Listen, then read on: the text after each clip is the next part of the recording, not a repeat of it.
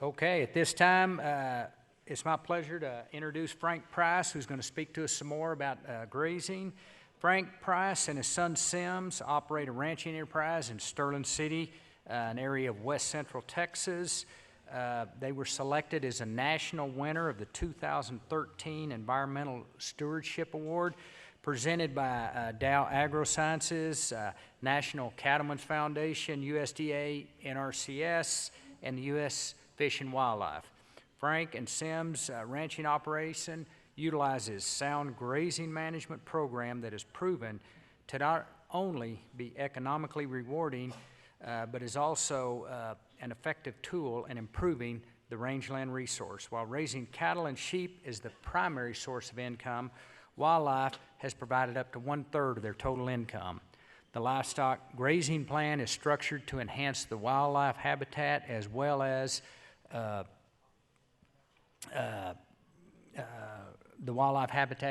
livestock. The two enterprises are both enhanced by an effective grazing program. Perennial forbs and browse are highly preferred by wildlife and are increasing along with the highly valued grasses that have been lost due to poor grazing management. Frank has testified before the House Ag Committee in Washington, D.C., discussing the value of voluntary conservation, and has made numerous presentations across the nation telling his story of how properly applied grazing management is the key to restoring our rangelands to those original conditions witnessed by the first Europeans to explore the Americas. Environmental concerns such as soil erosion, water quality and quantity, along with the carbon sequestering potential of healthy rangeland resource are of high priority. With that, help me welcome Frank Price again.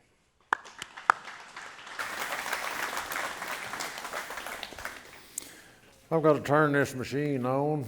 It's my crutch.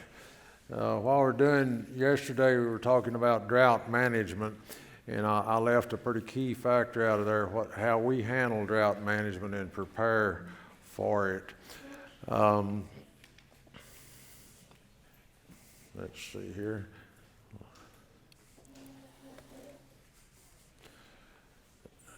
In drought management, when we move out of a pasture, of course we're a single herd operation like we discussed yesterday, but when we move out of a pasture, we analyze that pasture that we're moving out of and ask a simple question. If it fails to rain before we come back around to that pasture, and we already pre-planned how long it's going to be before we come back, if we look at that pasture and we say, yes, we can come back to it, okay, we're good. We're comfortable with our drought issues. If it looks questionable, red flag goes up. In other words, can we come back through it again with no growth? Well, we don't know. The next pasture we move out of, if it's showing the same indicator, we move into our drought management plan. Don't procrastinate, wait until you're in trouble. Now, as I discussed yesterday, we're in trouble right now. Last July and August, we began to recognize that those pastures weren't in the condition they needed to be. So we initiated that plan. We talked about yesterday how we weaned the calves in month 30. Went through that program. We got some good rains in September. Got us through our weaning program. Got some snows in the late winter. Of course, we're kind of a winter country, and we've done pretty well till now. When we move out of those pastures now, we are done. Don't like that. We've been in that management plan.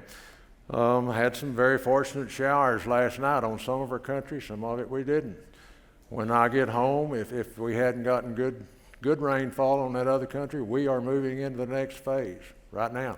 We could survive the summer, get into fall weaning, if we just left our numbers like they are.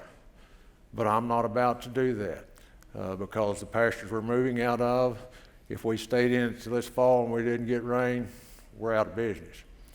That's the essential part of drought management. That doesn't look right. Why am I not starting at the first of the thing? Also on prickly pear mortality, James yesterday made my day. We talked about how prickly pear tended to be dying with our grazing management plan as the grasses became more dense. Prickly pear through its natural mortality cycle, and then it was disappearing. James confirmed that on his place. That was exciting, folks, to know that maybe we're on to something here. Don't have to use chemicals with proper grazing management. Okay. Start off with creating a desert or creating sustainable rangelands. That's what I'm going to try to talk about today. First picture, we've got some of that Indian grass, looks pretty. The other is a rock of some, according to one feller, pre-archaic Indian graphics or carvings or whatever you want to call them. I'm trying to relate to what it was before European man came, wondering what it looked like. If any of you folks know what these markings mean, come to me, because it's a mystery to me. I don't know what they were trying to indicate. Steve Nelly, former NRCS wildlife specialist, wrote an article for the Texas Wildlife magazine in January of this year about Aldo Leopold. Now, this is about the Coon Valley watershed in Wisconsin. Doesn't have anything to do with this country, but the story ties in all over western United States. Doesn't matter whether you're in my area here or what. When cows were first turned out upon the hills, everything was all right because there were more hills than there were cows, because the soil still retained the humus which the wilderness of education through the centuries had built. Can you imagine that in your own country? Yes, that's the way it was. The streams ran clear, deep, narrow, full. They seldom overflowed. The deep loam of even the steepest hills and pastures showed never a gully. Being able to soak up any rain that came and turned it upward into crops or downward into perennial springs. It was a land to please everyone, be he empire builder or a poet. I can visualize my country and see, maybe not in Wisconsin conditions, but kind of how it was. Then in 1935, Mr. Leopold wrote, gone now is the humus, the old prairie, which enabled the ridges to take on the rains as they came. Every rain now pours off the ridges as from a roof. The ravines of the grazed slopes are gutters. Think of the guts and the ditches in this country. In their overgrazed condition, they cannot resist abrasion of the silt-laden torrents. Great gushing gullies are now torn out of the hillsides. Each gully dumps its load of hillside rocks upon the creek bottom and its muddy waters into the deep, already swollen streams. Here we are at home. Same story. What we talked about yesterday. What in the world are we doing? Yesterday, same graph I had, the loss of grazing capacity of a rangeland. This is my home area. Basically a straight line decline. We've reversed it a little bit down at the bottom. Now that was in 2019 we reversed it. With this dry spell we've got, we're back down in that decline again. We've got the potential for recovery. Blame it on rainfall. Since 1984, I've kept pretty detailed rainfall records down to the 100th of an inch. If it rains 100th of an inch, I'm going to write it down. Some people don't write down the rainfall unless it's over a half inch because it wasn't going to be effective anyway. I can understand that. But look at the variability we've got. From a high of 35 inches for us, that was a lot of rain, down to 5 inches one year. Very erratic. I didn't realize until I went to studying this that in about 1990s, we had a 5-year extended dry spell there that we knew we were dry, but didn't recognize we were in a drought.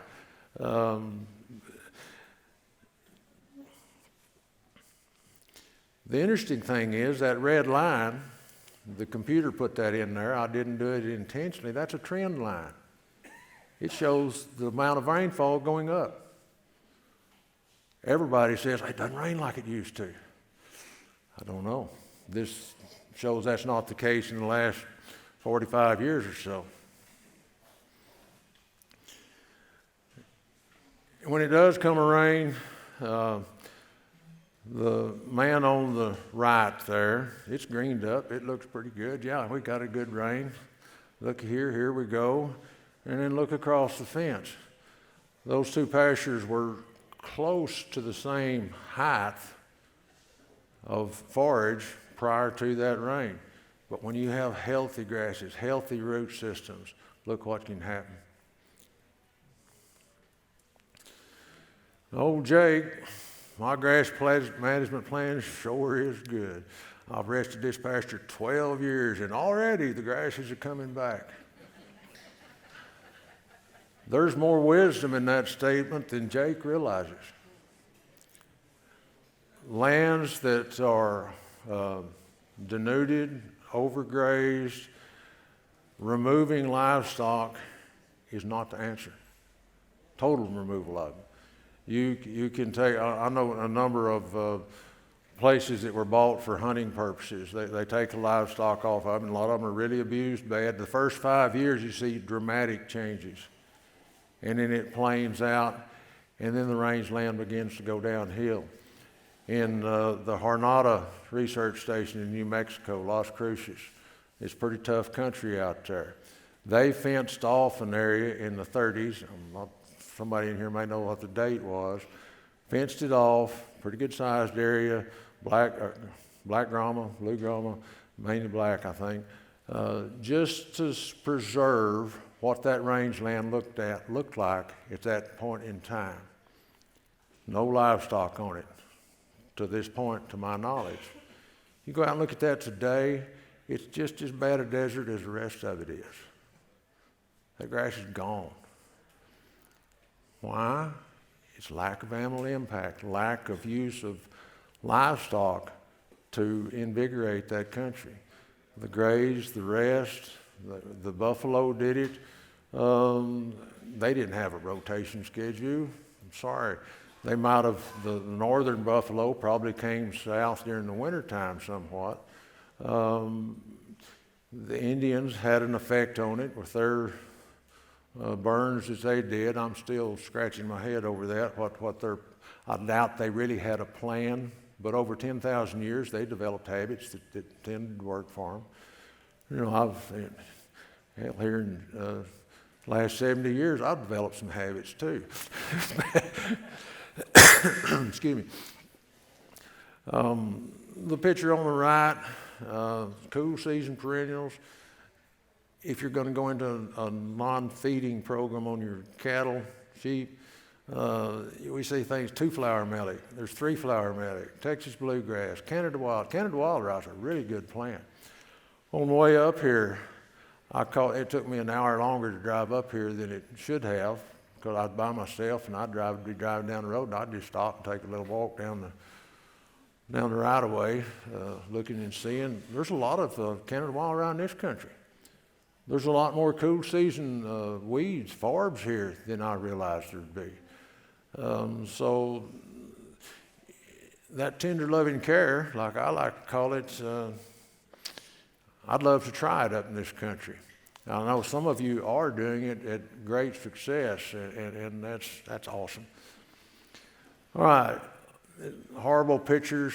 You take a plant that's not utilized by livestock, not grazed off, the one with the blue circle around it, that is probably some 3 awns, but it hadn't been grazed in years. It's basically dead. It's died of old age from lack of use. You take in the little red circle, it's what's left of that plant after I took my fingers and just scratched through it. I didn't pull, just scratched through it. And that pile in that right-hand picture around the blue, that's what I scratched off. totally worthless. There's no feed value at all to it. However, where I scratch that off, if you were to put a flag by it and it comes to rain on it, you'll begin to see green shoots coming out from it because you've broken off that old dead material.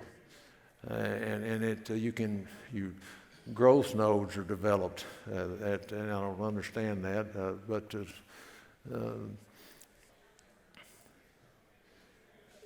thus, somehow you've got to break that old grass off. A man was talking last night about KR blue stem and how it just was old dead grass is standing up. You've got to do something. It may be from livestock, it may be from mowing, it may be from fire. There's any number of ways to change that structure to move yourself forward. All right, here's another plant. A lot of those grass plants die from the center. I've seen pictures of plants out in New Mexico. I believe it was a burro grass. The ring, there may be a ring out there 10 feet, and that's all that's alive is that ring out there. Everything within it's dead. Same process is happening here. You know, that I wish somebody would figure out how to come scratch my hair a little bit and bring me back to life. That'd be a neat deal. We'll work on that. We'll work on that. All right, what color is your rangeland in the dormant season? Is it bare soil? You're not getting anywhere very fast there. Is it white rangeland? Generally, your narrow-leafed grasses, 3 alms, there's any number of them. When they mature, they're going to be white. And you can look out across the range, and if you see a white range, be careful. There may be some grazing there, but it's probably not going to be as good as you would like it. Is it red? Side oats, most of your blue stems. One you see in the center of this picture is little blue stem. Little blue stem's an interesting plant. It'll get up, people think it's never used. I've had ranchers at home tell me, little blue stem, it's not good for anything, nothing ever eats it. But you'll notice those places that are well cared for have a lot more little blue stem plants on them than those that aren't. They'll graze around the edges of it. There's a lot of feed value in it. I've been told that up in the Flint Hills of Kansas, of course, they love the Indian grass and the big blue stem and the switchgrass. They like to have a good bit of little blue stem mixed in with that so that when it comes heavy snows, it doesn't mash it all to the ground. That's getting out of my field for sure, but it's an interesting perspective. Is that winter dormant rangeland green? Here we have a picture of in the fall. Cool season, warm season grasses mixed. There's going to be some Texas cup there. There's some Texas winter grass, some Canada wild rye. Having that diversity of plants is huge in a grazing operation. When we determine grazable acres, a lot of folks will take, well, there's 100 acres over here, and there's 100 acres over here. We're going to put 10 cows over here, we're going to put 10 cows over here. Our country, it doesn't work that way. We've got some very diverse country. That country on the right there, as a youngster, gathering goats off of that was fun. It ain't fun anymore, folks.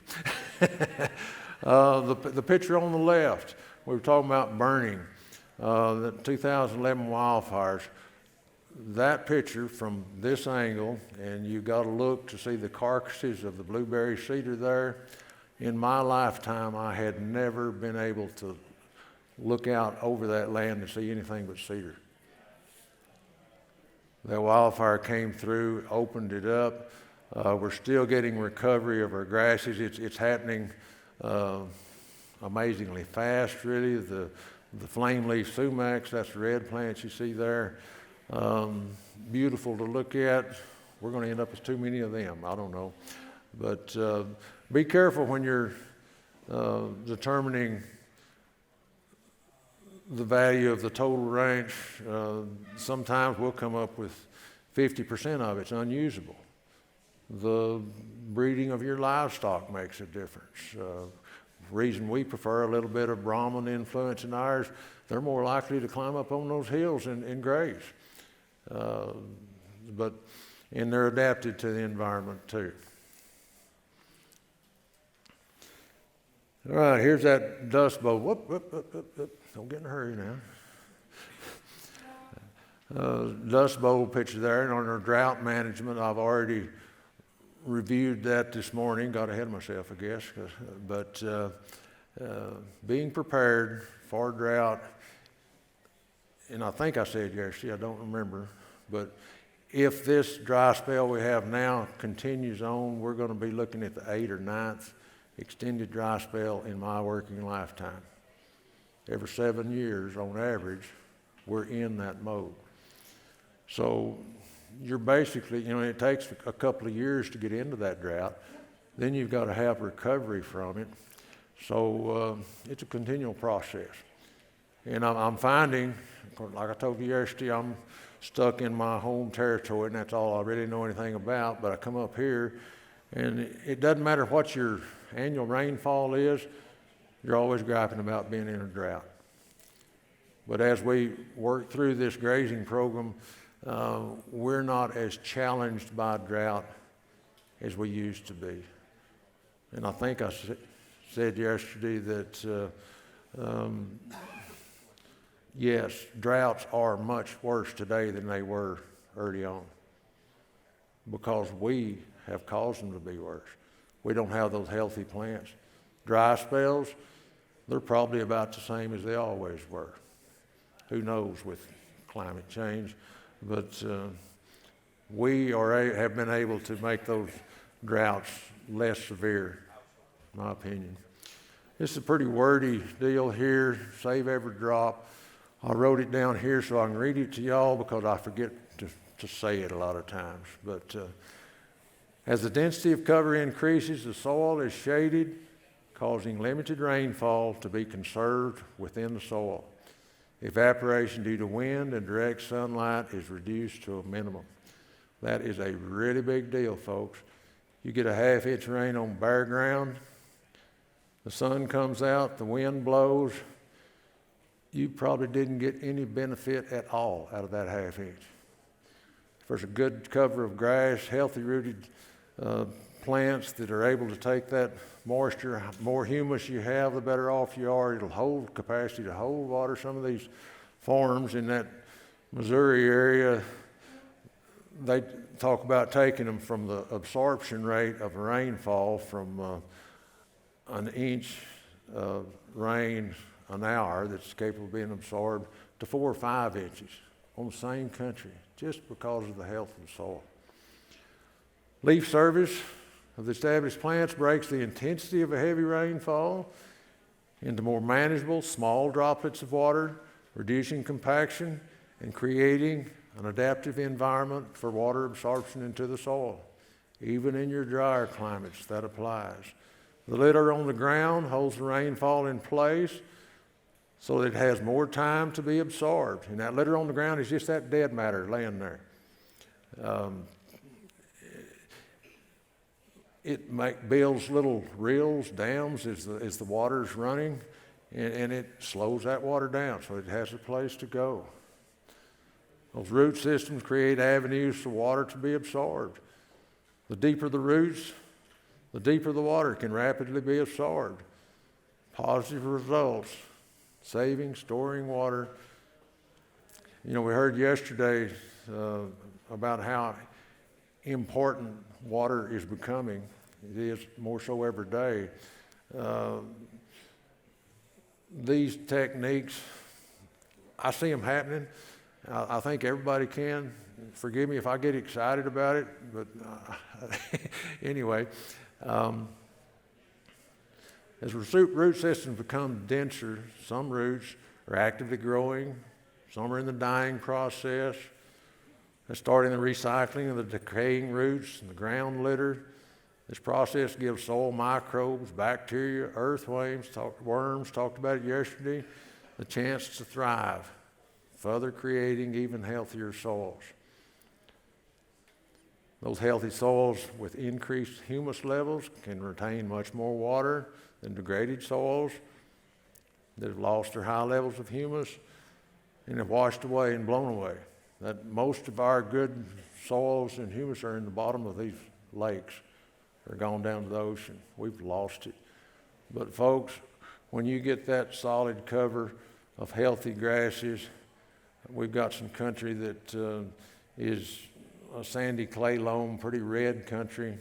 They're just very red, not pretty, very red. But when you go down and you scratch into those areas where you got that good dense cover, and the top quarter inch will be black. We're building soil much faster than I ever realized. All right, grassland management is an environmental solution. Production agriculture can be the leader of environmental solutions of the future. I have no doubt in that. We need to tell the story, offer the evidence, and see to it that the politicians understand the value of production, what value production agriculture can offer. You know,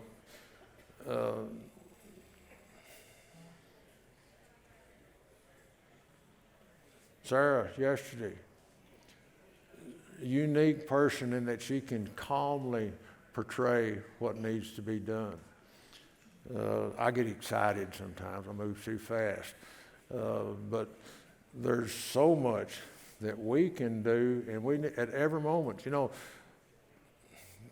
slightly get into politics here. I'm going to try to stay away from it too much. But when the Biden administration took over, we were being told what might happen.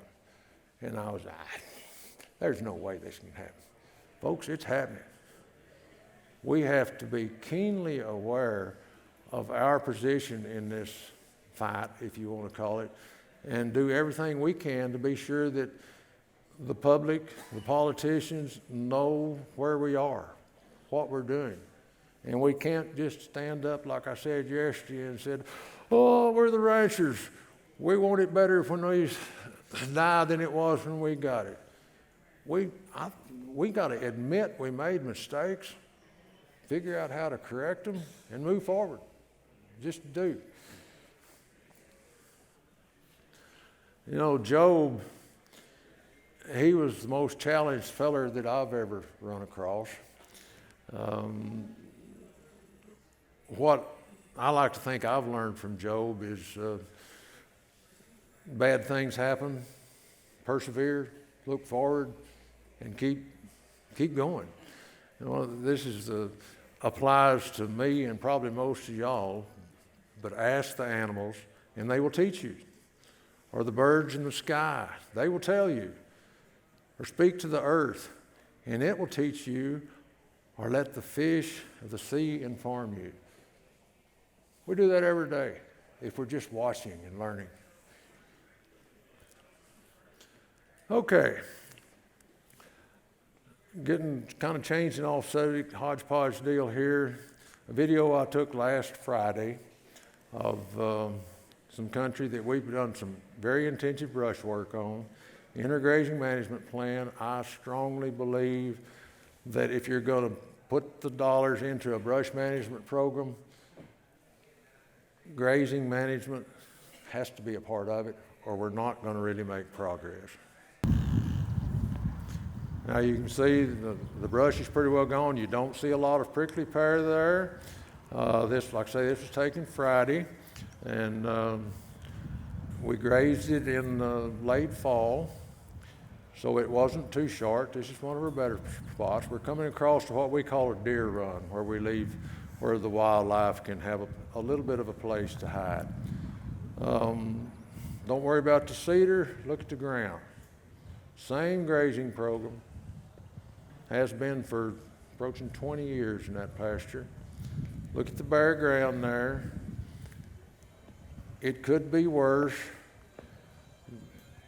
That brush management was a huge factor in changing what we did. There's prickly pear, big and healthy. Well, shows some dead area there and whatnot. Then we come back around to where we've done that brush management. You reach the point sometimes when the brush is so dense, so cedars, rainfall doesn't get to the ground unless it's over a ½ inch, it just holds it and leaves, sun comes out, it's gone. So it's a part of the process. But if you're gonna go to that level of management, taking out the brush, please consider the grazing management afterwards. Your NRCS folks, you know, season-long rest after you've done the brush management. No. Continual graze rest program for now on. It's going to be to your benefit. And I think we're about to the end. Yep, we are back to that picture. I wish somebody would help me out if that's Indian scratching there. I don't know what's going on there, but I appreciate it very much. If we've got time, I'll take some questions. So Frank, I have a question for you. We've decided here to declare war on junipers and cedars because they take so much water from our pastures and even our river, which has got salt cedars up and down it. So I noticed the cedars in this last video. How do you address the cedars in your program? We, of course, if they're blueberry, it's not fair when you got blueberry cedar. You can set fire to them, you can chop them off, you can do anything, and they're dead. Red berries are different. Now, I noticed is there some eastern red cedar up here? We've got them both. Okay, I thought I saw some, but, Mainly red. okay. It's, as I showed you, it's an essential part of the process, but I've watched for my entire life my daddy, myself spend mega bucks killing brush or trying to kill brush, and in 15 or 20 years, what do? Start all over. We did not have that effective grazing program a part of it. I asked John Walker, who was the head of the Agrilife in San Angelo Research Center, has there ever been a study done of brush management in combination with effective grazing management? He said, no, not to my knowledge. 1898, when Mr. Bentley did his studies, he established that rest was the deciding factor in what we were doing. In the, 10 years ago, Nathan Sayer, I can't hardly say that word, wrote a book on the history of rangeland management, 450-something pages, very detailed. He talked about the Hernado Station and just all over the nation. You know, the study of grazing management was really pretty young. It didn't get started until the early 40s. But in that entire book, there were 2 paragraphs that mentioned rest. 2 paragraphs. Wake up, folks. That is the key to me. How you go about it, you can make it as intense as you know. I haven't mentioned Emory Birdwell. He is a master at mob grazing. Takes 5,000-6,000 head of yearling cattle, one herd, moves them 4+ times a day. I've known him for years. I'll look him in the eye and tell him, I'm too lazy to do that, Emory. But, and he's good at it. He's a master. But he started in on this intensive grazing long ago. He learned, he built into it. A lot of people don't have the mental drive to make that work. I didn't. So start somewhere. Just remember, keep rest somewhere. So Frank, I want to tell you something. We started here about 7 years ago through Dr. Tim Steffens, who I think you might have met.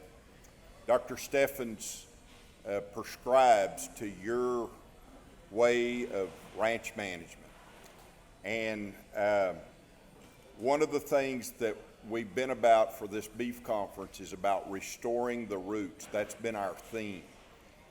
And so I really appreciate your leadership and helping us continue the theme that we've had as a county and as a region, because this county where we are here, as well as a lot of areas, was farmed to death a long time ago. Joe Van Zant referred to that in his Rancher of the Year video last night. And he said anything we do to it can make it better. And so I want to thank you for your leadership and your boldness to call us out, because we have a lot of country that if we don't get serious about what you've talked about, there will be no future for the generations beyond our days. Yes, sir. So thank you so very much. Guys, this guy, Jerry Key. Yes, sir. Do you have earth dams, water tanks, and do you do anything special to them? Yes, sir, we do. What was the question? Do we have earth and dams, dirt tanks for water purposes for livestock? We used to depend greatly on them. We've got a lot of country that eastern country where we get a little more rain, water is very limited. It's a challenge for us having water for the livestock. We've reached the point we've cleaned those tanks out. They are not dependable for us anymore. We created a problem. The more turf you have on the ground, the less water runs off. Now you may get to the point where, like that spring I had showing you got live water in a few places. And that's not dependable because it gets dry and that'll go away too. So we've become almost entirely dependent on well water. And we, reservoirs, we talked about that some yesterday. But basically, earthen dams, dirt tanks are almost useless to us now. So if there is no other source of water, you might want to have bare ground so you can catch some water. I don't know. but we created a problem there, really did. You know, and I probably wasn't cautious enough during all this talking to tell you issues and problems that we've had. I'm very open in what we do, but when I have a problem, I tend to kind of not say it. It's hard to do. I'm going to quit. I'll make this little story. Years ago, standing around drinking beer with a bunch of men, just talking about problems on different places, and directly somebody said, "Frank, what about you? You don't ever have these problems." And my cousin, in his infinite wisdom, said, "Yeah, Frank has lots of problems. He just doesn't ever tell anybody." It's been a pleasure. I've learned more than y'all have, I think, in just visiting with folks here and Canadian and Hemphill County. One day I want to get up here and just spend some time prowling around because We'd love to have it looks good. Thank y'all.